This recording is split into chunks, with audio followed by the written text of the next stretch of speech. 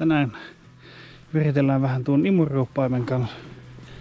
Mä oon tässä vähän koonnut jo sitä pikkusen valmiiksi. Eli mä oon laittanut letkuakin. Tää on nyt testihomma, että pitää katsoa, että tuo on aika väärällisesti tuolla. Tää on nyt säädetty melko tiukalle puristukselle. Mä en saanut sitä oikein nyt liikkumaan, pitää kehitellä joku työkalu siihen. Mutta seuraavaksi mulla on pumppu jo on tuolla ojan varressa. Tuolla koe käytetään. Minun pitää hakea vielä letku siihen. Käytetään ensin ilman tätä. Niin nähdään vähän miten tuo suihku toimii. Imurooppaus on kulohuudontamenetelmä, missä alipaineella imetään soraa kulohuudontaränniin. Alipaine tuotetaan korkealla vedenpaineella ejektorissa tai toisin sanoen imurooppain kärjen sisällä. Samalla korkealla vedenpaineella myös imetty sora kuljetetaan kulohuudontaränniin. Pumppu tuolla ojan varressa. Sieltä tulee letkua. Tästä näin. Tähän ja me liitän tuohon shadebankeriin sen. Ja koetetaan tuosta reunasta vähän roopia ilman poistoletkua nyt aluksi. Katsotaan mitä se alkaa tekemään. Mulla on muutamia huolenaiheita. Ensinnäkin tuota letkua tai pumppua ei ole koskaan käytetty niin kovilla paineilla. Niin saa nähdä, että tässä on minun isoin huolenaihe, että se pumpusta joku korkkaa, koska se on ainoa pumppu. Tai no periaatteessa backupina sitten voi rännittää kyllä vielä dieselille ja tuolla akrilla pyörittää uppopumppuja rännittää, mutta se rajoittaa tosi paljon missä voi rännittää. Menee tosi vaikeaksi sitten kaivut. Ja kun me luulet sitä pumpusta, jos tuosta korkkaa joku, niin se on tosi vaikea korjata. Ei ole varausia juuri mitään ja se on silleen tyhmä tuo pumppu, että siinä on tosi monta ulostuloa ja ne on korkattu vaan sellaisilla muovikupeilla. Jos niissä joku niistä muovikupeista korkkaa, niin se on sitten kaput. Joo, mutta koetaan väännää nämä letkut kiinni ja Kuuma ja hytty sinne saatana.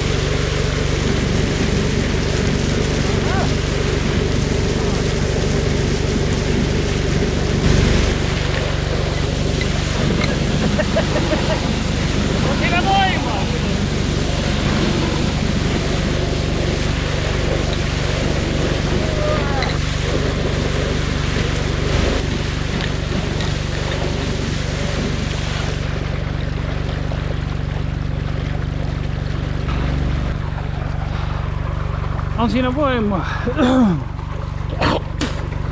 Se on niin voimakas tuo suihku, että tästä on vaikea pitää käsissä. Se haluaa pyrkiä eteenpäin, eli suihku toimii. Ja kyllä siellä kuuluu kivetkin menee, mutta näkyy osa näistä letkuista vuotaa vielä jonkun verran. Seuraavaksi periaatteessa laittaa letku kiinni ja katsoa, että mitä saadaan ränniä kiinnistä letkuja, mutta kaikki näyttäisi muuten toimimaan. Pumppu on noin puolella teholla, että sieltäkin saadaan vielä lisää tehoja. Mutta raskas se oli piettää ilmassa.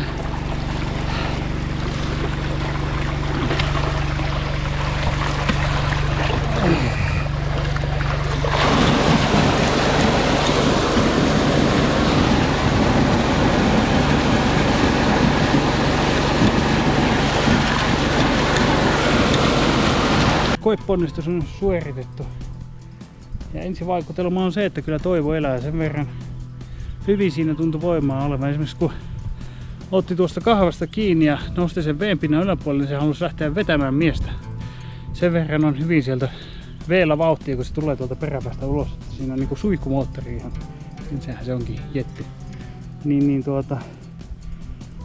Ja pumppu kesti tuon kaiken paineistuksen, vaikka vähän epäilyttiin, että miten siinä käy. Lyö numpelen painetta tommosen kiinalaiseen halpaan pumppuun, mutta ei siellä ainakaan vielä mitään räjähtänyt. Ja hyvin rupesi suihkuamaan. Kuivamaan suihku toimi hyvin, pystyi kontrolloimaan ja se kuuli, että se vaikutti siihen tehoon. Nyt kysymys on se, että kuinka paljon hiekkaa se kuljettaa, että tossa tietenkin ei ollut poistoputkea tai sitä peräpään putkea. Se on seuraava, mikä on nyt kohta hakkeen ruuvataan kiinni ja kokeillaan uudelleen. Mutta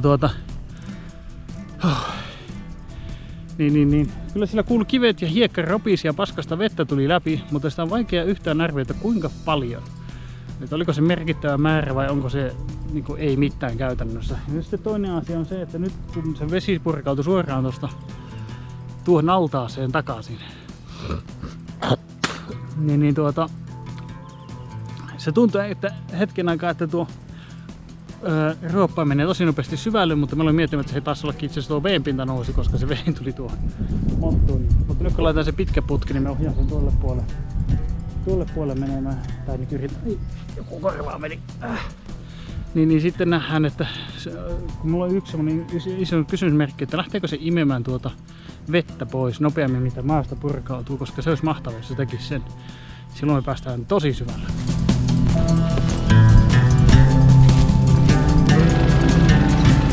Näkyy vesi tulevan kuitenkin tänne asti tuolta pohjalta nyt jetin voimalla. Ja päätän teidät tähän ja koitan filmata, niin näette tuleeko hiekkaa.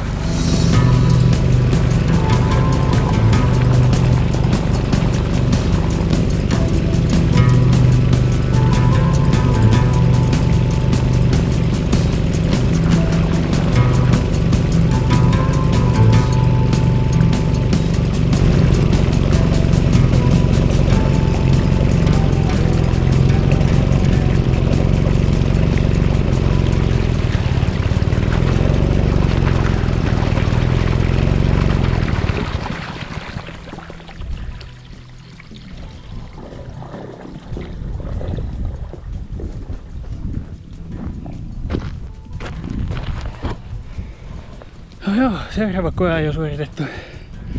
Kyllä se immee. Tosi herkästi voi nuo pikkukivekin nyt tukkii. En tiedä, oltiinko vähän liian nuukia tuon kanssa. Että se vaatii haravointia ja semmoista, että nostetaan kiviä koko ajan pois sitten suuaukolta. Ja mikä parhaasta, niin mä huomasin, että se tosiaan immee niin paljon, että se tyhjentää tuon montun. Samalla kun näkyy tuo kuivahti tuo kanava. Niin, näyttää hyvältä niin kauan kuin pumppu pelaa. Ja tuolla taitaa näkyä kivi itse asiassa, näkyy tuolla. Mutta ei se mahdotonta maamäärää siirtänyt. Tänne pikkukasa ilmestynyt. Jaa, no on siinä ihan substantiaalinen kasa. Tosiaan pumpusta varmaan bensa loppu. Mä laitan sinne vaan höyrät näin koekäytöajaksi. Mutta seuraavaksi se olisi vaan yrittää ränni tähän. Ja tässä meillä on tosiaan allas nyt. Tuolta varmaan ehkä pikkusen padotaan. Niin tässä saa seisottaa vettä. Vielä me ei pystytä kiertovettä kokeilemaan, mutta nyt se mikä tässä vähän on kysymys, että tämä vaikuttaa siltä, että onko tuosta kuinka paljon oikeasti apua. Se menee niin herkästi nyt tukkoon. Tekisi mieli ottaa se suutin pois, mutta sitten sen tietää, että siinä menee yksi sopion kokoinen kivi ja sitten se on koko linja tukossa.